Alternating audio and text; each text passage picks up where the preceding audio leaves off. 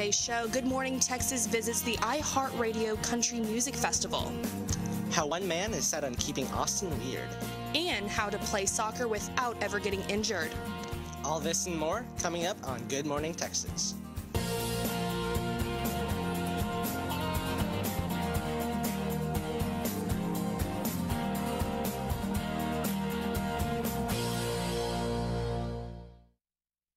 Good morning, Texas. I'm Stephen Dow. And I'm Rachel Robillard. Thanks for tuning in to this episode of Good Morning Texas. It's our very last show of the semester and last show ever for Stephen and I, so it's going to be a very special show today. Yeah, it's definitely a bittersweet moment, but 4 years looking up to this moment. I cannot believe it. It's going to be a great show, as I said. But, you know, as it's going to be our last show, but we have so many really cool stuff ahead of us. We got a magician, and we're going to talk about some of our favorite memories about TSTV and Good Morning Texas in general. But let's get started. It was a star-studded country music weekend here in Austin. There was not only the annual Lone Star concert over at the LBJ Lawn, but the second annual iHeartRadio Country Fest. Our Leslie Adamy was able to catch up with some of the hottest stars. Good morning, Texas. Leslie Adamy here. I'm at the red carpet for the second annual iHeartRadio Country Music Festival. I got my boots on, I got my questions ready. Stay tuned for some interviews. Hey, y'all, I'm Brantley Gilbert, and you're watching Good Morning Texas. Hey, we're Big and Rich, and you're watching Good Morning Texas. Welcome, horns. Good morning, Texas. Hey, y'all, I'm Dirk Spenley, and you're watching Good Morning Texas. Have a great day. Darius Rucker, and you're watching Good Morning Texas. Hey guys, I'm Justin Moore, and you're watching Good Morning Texas. You know, I'm excited after our show to go down on 6th Street and watch them get the hoses out and like spray all the people down at the end of the night, which is crazy. Riot. I know it's an emotional piece, really like deep. Tell me a bit about that. You know, it's basically a song about, you know, whoever that person is in your life that you just can't live without. You know, it's just another way of saying, you know, my heart would be a riot inside of me if I didn't have you in my life, or you as a part of my life. Yeah. When is the University of Texas going to invite Big and Rich to sing the national anthem at a football game? Okay, because if you came to my house in Nashville, and I have this big bar in my house, or some people say I have a house in my bar, whichever way you want to put it. That would be correct. But up behind my bar is a giant pair of horns, and there's some football helmets. There's actually a football that's signed by Darrell Royal and Mac Brown on the same ball. Y'all are true fans. Yes, and Cowboy Troy, who everybody knows him, he's an alumni of UT, so come on. Now be sure to keep an eye out for more of Leslie's interviews on our Good Morning Texas YouTube page. Okay, I'm so jealous of Leslie. I don't know why I couldn't be on there with her, but you know, she is a great person and I'm really proud of her. I'm pretty envious of her. Rascal Flatts, Darius Rucker. Right? All these big names, like people who are literally on my playlist. What? Huge. Oh my goodness, they're all over my Spotify and Pandora and YouTube. You got to name all the brands. Yeah. So I really love them. Who's your favorite artist? Oh God, my favorite artist. I don't know. Darius Rucker is pretty high on the list. Right? Really great guy. Wow. Yeah. I'd say Darius Rucker probably. Probably, yeah. Probably. I love Darius Rucker. He's great. Dirk Bentley.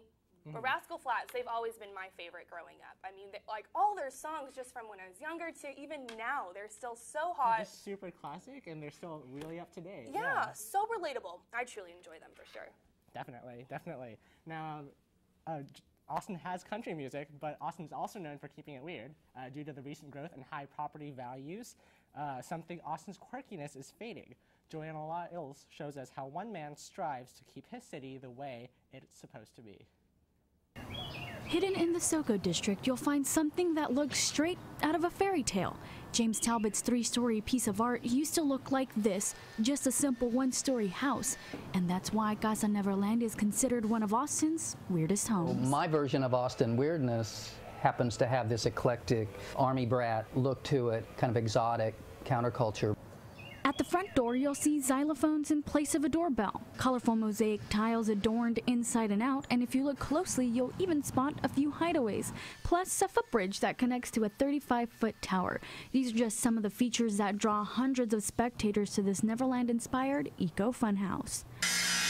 shittiest when it's done. But lately, Talbot says he feels like he is one of the few weird Austinites left, and that Austin weirdness has just become another sales pitch. It's wrong when you sell Austin as a weird place, but everything in place that spurs its growth is anything but that. Austin keeps growing, and with more people comes more development. They're not building weird. You know, that happens from the inside out, and you can tell when it's done from the outside in. Talbot worries he and other true believers of Keep Austin Weird will eventually be pushed out. We have a few, hangers-on. We have the Cathedral of Junk, and, we have a few stores on South Congress that are original. But most of them, the pressures of the real estate market are such that they just can't afford to be there.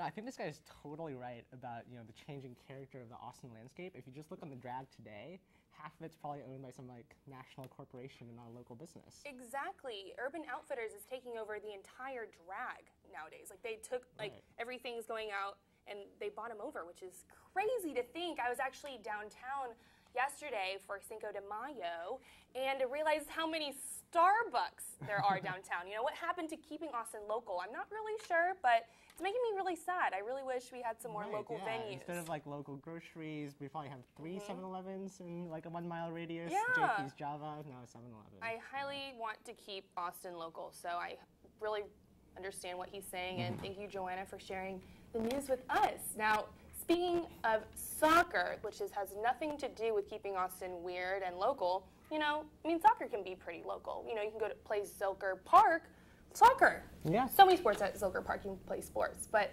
soccer is the world's most popular sport and has millions of people tuning in to watch events around the globe. Right here in Austin, a trendy new twist on the game is blowing up. Our Loana gives us taste of bubble soccer.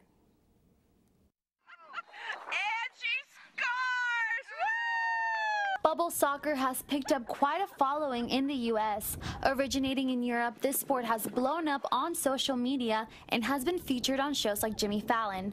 Susan Veal is the owner of Kairos Events, a new bubble soccer rental company in the Austin area. So I started researching and realized that this was something relatively new in the United States, and we decided, this is something that we want to do. So that's how we got into it. The huge bubbles completely enclose a person's torso and head, leaving only the legs uncovered. Hey guys, I'm here inside the bubble, as you can see, and we are about to start our first game of bubble soccer. I don't know what to expect, but I'm super excited. The standard soccer rules apply to bubble soccer. However, full contact is allowed. Players slide into the bubble, fasten their belts, grab onto the handles, and then the game begins. When I first got in, I didn't know what to expect. I just thought, oh, I'm going to get in this bubble, we're going to play for 45 minutes, and it'll be all fun. As soon as you get in, you don't understand how hard it is to keep going. After a few bumps, you're out. You need some water. League soccer is now in the U.S. and is rapidly expanding. The National Association of Bubble Soccer is recruiting cities, and Austin is now registering to be part of the organization. I'd be very interested in a league, and I would definitely partake in one. I feel like it's a great recreational activity. It's a fun twist on soccer, and it's definitely a great workout. 15 minutes of playing bubble soccer can burn up to 500 calories. Loana Solis, Good Morning, Texas. I bet y'all are thinking the same thing. Where can I sign up? Oh my gosh, that looks like so much fun, such a fit, fun way. Burn up to 500 calories? Wow, let's get that summer bod ready. I wonder who came up with this idea that you should combine bubbles with soccer, but it looks spectacular. So safe. Maybe we should incorporate some football, with the whole controversy of concussions in football. Maybe do some football bubbles. I don't know how that happened, but I don't know. I can totally see that. Yeah. Football players. With the hands from the bubble. Yeah, yeah. Little Mean Girls action going on there. Love it. Oh my gosh, that sounds so fun. Yeah, that sounds pretty awesome. I would really play. I would play. Soccer. I'd play. I'm not really athletic, but I try to be. I can, look the part if I have to. Not really play that well, but no, I'm more the cheerleader on the sideline, but yeah, bubble I'd be great. cheerleading. Yeah, bubble There cheering. we go. I love that. We'll do that next year. All right, y'all, stay tuned. Coming up next, a look at this week's weather forecast. Thank you for watching Good Morning Texas.